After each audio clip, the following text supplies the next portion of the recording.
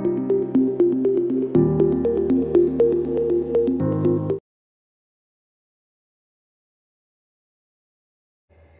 को मेरा नमस्कार।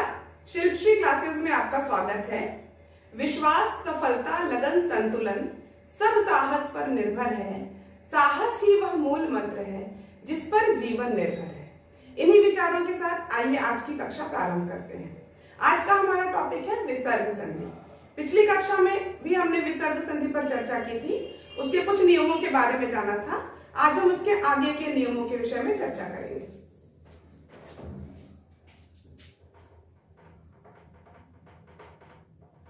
जैसा कि हमने बताया था, विसर्ग संधि में विसर्ग के बाद स्वर या व्यंजन आने पर विसर्ग में जो परिवर्तन आता है वह विसर्ग संधि कहलाता है। तो विसर्ग संधि के 5 प्रकार बताए गए थे: सत्व संधि, षत्व संधि, रुत्व संधि, उत्व संधि और 5वां में कोई संधि नहीं थी, बल्कि विसर्ग का किस प्रकार लोप होता है ये बताया गया था। विसर्ग का लोप ये प्रकार बताए गए थे, जिसमें सत्व और षत्व पर हमने चर्चा की थी। आज हम रुत्व संधि पर चर्चा करेंगे और आगे की नियमों पर भी हम प्रकाश डालेंगे। तो सबसे पहले हम देखते हैं रुत्व संधि किसे कहते हैं। रुत्व संधि नियम पर जरा सा ध्यान देना पड़ेगा आप लोगों को, ठीक है, बहुत केयरफुली देखना पड़ेगा वर्णों को, क्योंकि वर्णों का ही खेल है संधि में। यदि विसर्ग के पूर्व, यदि विसर्ग यानी जो 2 बिंदी है, 2 बिंदी का चिन्ह है, ये विसर्ग है। विसर्ग के पूर्व अ या आ के अतिरिक्त, ये ध्यान दीजिएगा, अ या आ के अतिरिक्त कोई भी स्वर आता है, यानी अ या आ नहीं आना चाहिए, ठीक है। कोई स्वर हो के अतिरिक्त कोई स्वर हो तथा, कंडीशन है यहां, यानी विसर्ग के पूर्व अ या आ के अतिरिक्त, यानी ई हो, बड़ी ई हो, ह्रस्व उ हो, दीर्घ उ हो, ए हो, ओ हो, है ना, ऐ हो, औ हो, ठीक है। यानी अ या आ ना हो विसर्ग के पहले, ये कंडीशन पहली हो गई। हो तथा विसर्ग के बाद, तथा विसर्ग के बाद कोई भी स्वर हो, कोई भी स्वर हो, यानी इसमें अ या आ भी शामिल हो गया, यानी अ, आ, ई, उ, ए, ऐ, ओ और औ, सभी स्वर आ गए हिंदी में जो मूलतः प्रयोग में आते हैं, ठीक है ना। के बाद कोई भी स्वर हो अथवा या, यानी या तो ये हो, कोई भी स्वर हो, या वर्ग का तीसरा, चौथा और 5वां, यानी क वर्ग का तीसरा कौन कौन सा हुआ? ग, घ, अंग, ठीक। इसमें हलंत लगेगा सब में, क्योंकि ये स्वर रहित व्यंजन है। च वर्ग का ज, झ, इया, आप नियम से याद करेंगे तो याद हो जाएगा। ट वर्ग का ड, ध, अड़, त वर्ग का द, ध, न एवं प वर्ग का ब, भ, म, ये हो। एवं य, र, ल, व या ह हो, ये सारी कंडीशन है। इतनी हो के बाद, ठीक है ना, तो क्या होता है, तो विसर्ग के स्थान पर, विसर्ग के स्थान पर र आदेश हो जाता है, ठीक है, र हो जाता है। उदाहरण जब आप देखेंगे तो आपको ज्यादा समझ में आएगा। जहां पे ये कंडीशंस, इसको आप एज ए सारणी आप बना सकते हैं, इसको आप अपनी कॉपी में बना लीजिएगा, लिख लीजिएगा, ठीक है ना। अब इस कंडीशंस में हम आपको उदाहरण दिखा रहे हैं, वो उदाहरण यहाँ पे फिट हो रहे हैं कि नहीं ये आप देखिएगा तो आपको ज्यादा समझ में आएगा। जैसे आप देख सकते हैं, ये नियम हम यहाँ लिखे रहने देंगे ताकि उदाहरण आपको ज्यादा समझ में आए। वही धन रंग, ठीक। तो यहाँ पे आप देखिए विसर्ग के पहले ई है ना, अ या आ नहीं है, और विसर्ग के बाद र है, यानी यहाँ पे ये देखिए यहाँ पे मिल गया। तो ये विसर्ग किसमें बदल जाएगा, इस नियम के अनुसार र में शब्द बन जाएगा बहिरंग, ठीक। अगला उदाहरण आप देखिए, आशीर्वाद, आशीह धन्यवाद, ठीक। यहाँ पे भी वही कंडीशन है, यहाँ पे ये है, बड़ी ई है और बाद में वह है, ठीक है। यहाँ पे जो विसर्ग है ये र में परिवर्तित हो गया और शब्द बन गया आशीर्वाद, ठीक है। समझ में आ रहा होगा। अगला है आयुर्वेद, आप देख सकते हैं इसी प्रकार बना है, ठीक है। और भी बहुत सारे उदाहरण है, आयुधन वेद है, यजुर्वेद भी इसी नियम से बना है, ठीक। आप यजुधन वेद, दुह धनगह शब्द से दुर्ग शब्द बना है, दुर्गा संस्कृत में कहते हैं, तो आप दुर्ग कह सकते हैं, ये विसर्ग हटाते हैं, है ना। नियम तो यहीं पे लग रहा है, ये विसर्ग र में परिवर्तित हो रहा है, ठीक है। और भी आप उदाहरण देख लीजिए, दुर्व्यवहार, दुह धन व्यवहार, यहाँ पे ये वह है ना, शब्द बन गया दुर्व्यवहार, ठीक है ना। इस तरह से बहुत सारे उदाहरण आप रुत्व संधि के देख सकते हैं, जिन पर हम चर्चा और दो चार की कर देते हैं। धनुर्धर, धनु धन धर, ये ध है, ध कहाँ पे आपको मिलेगा, देखिए यहाँ पे मिलेगा, ठीक है। तो बन गया धनुर्धर। इसके अलावा है निर्धन, निह धन धन, है ना, यहाँ पे भी ध आपको यहीं पे मिलेगा, निर्धन बन गया, ठीक है।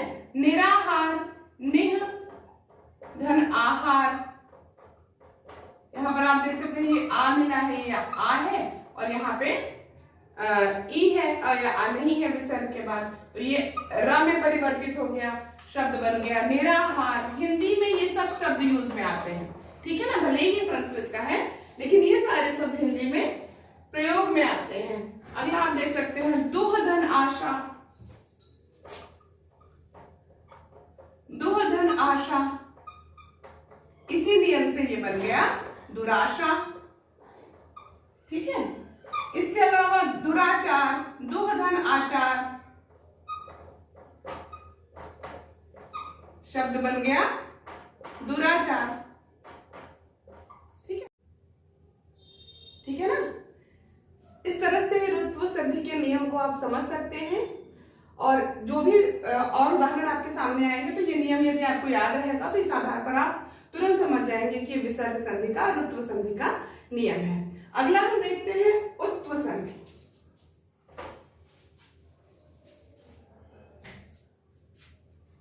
उत्व संधि, ठीक है। इसमें आप नियम पर ध्यान दीजिए, कहते हैं कि यदि विसर्ग के पहले, विसर्ग के पूर्व ह्रस्व अ, ह्रस्व यानी छोटा अ, मात्रा वाला अ नहीं, ये वाला अ, ह्रस्व अ, और बाद में भी, और बाद में भी ह्रस्व अ है, ठीक है। पहले भी ह्रस्व अ है, बाद में भी ह्रस्व अ है, तो विसर्ग को क्या आदेश हो जाता है, विसर्ग को रु आदेश हो जाता है, रु का उ शेष रहता है, इस प्रकार ये उत्व संधि कहलाता है। आप उदाहरण के रूप में देख सकते हैं, ये संस्कृत में ज्यादा प्रयोग में आता है, जैसे रामः अवदत्, ठीक है, रामः अवदत्, ठीक है। तो इसके देखिए यहाँ पे राम से अ अलग कीजिए वर्ण विच्छेद में, ठीक है, ये विसर्ग है, अवदत् का अ, यानी इस नियम के अनुसार विसर्ग के पूर्व भी ह्रस्व अ है, विसर्ग के बाद भी ह्रस्व अ है, तो यहाँ पे विसर्ग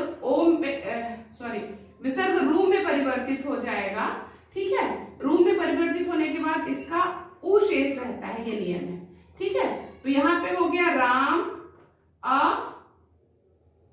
धन उ धन अवदत्, ठीक है।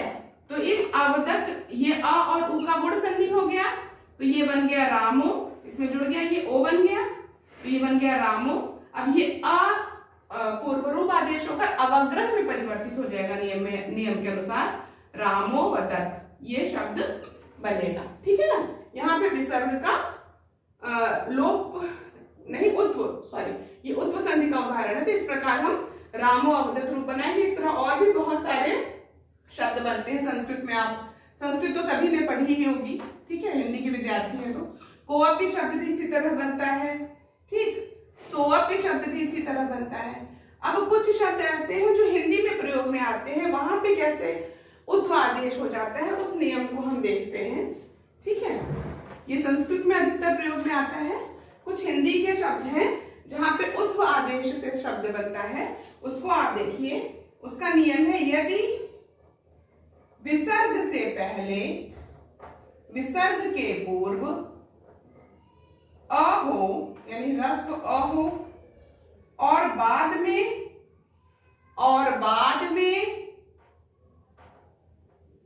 क्या हो, वर्ग का तीसरा, चौथा और पांचवा वर्ण हो, और य, र, ल, व और ह हो, ठीक है।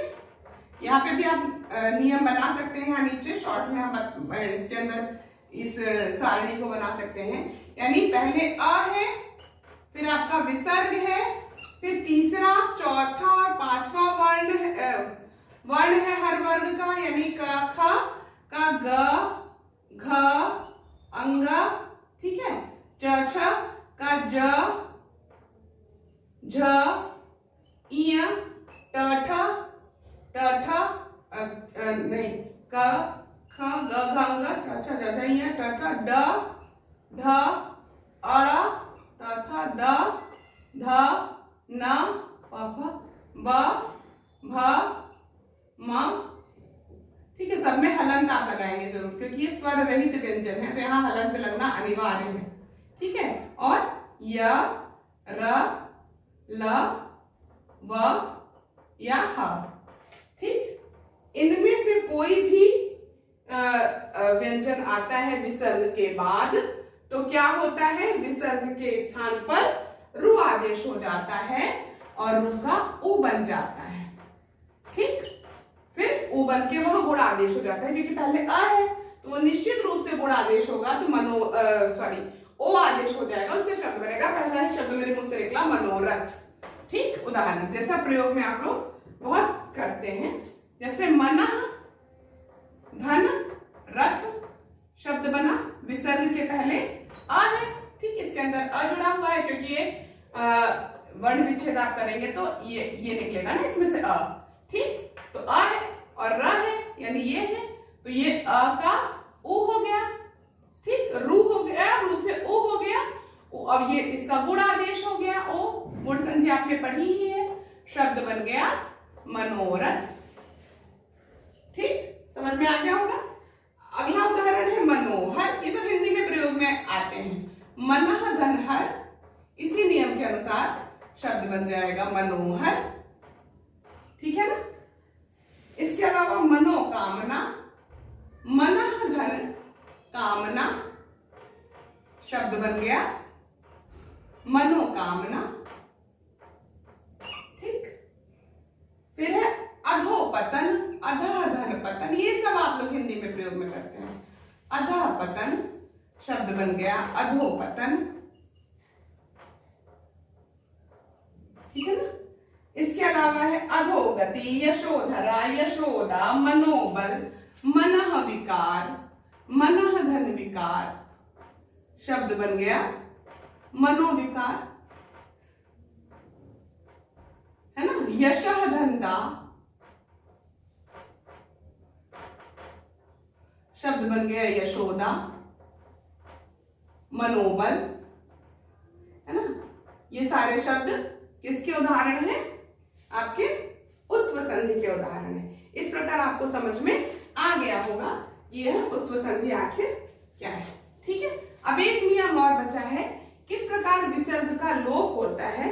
तो यह अधिकांशतः संस्कृत में प्रयोग में आता है, लेकिन थोड़ा सा हम आपको जरूर बताएंगे ताकि आपको भी जानकारी रहे कि विसर्ग संधि में कहीं कुछ छूटा तो नहीं है। वैसे तो विसर्ग लोप के बहुत सारे नियम है, लेकिन सारे नियम संस्कृत में अधिकतर प्रयोग में आते हैं। हिंदी में कुछ नियम प्रयोग में आते हैं, उन पर हम चर्चा कर लेते हैं ताकि आपके हिंदी के प्रश्न बिल्कुल गलत ना हो। ठीक है। तो आप इसको देख सकते हैं, यदि विसर्ग के पहले, विसर्ग ऐसे आप सारणी बना सकते हैं, विसर्ग के पहले ह्रस्व अ है, ठीक है, और विसर्ग के बाद अ को छोड़कर कोई अन्य स्वर है, अ को छोड़कर कोई अन्य स्वर है, तो ये आप यहां पर विसर्ग का लोप हो जाता है। जैसे शब्द है अतः धन एव।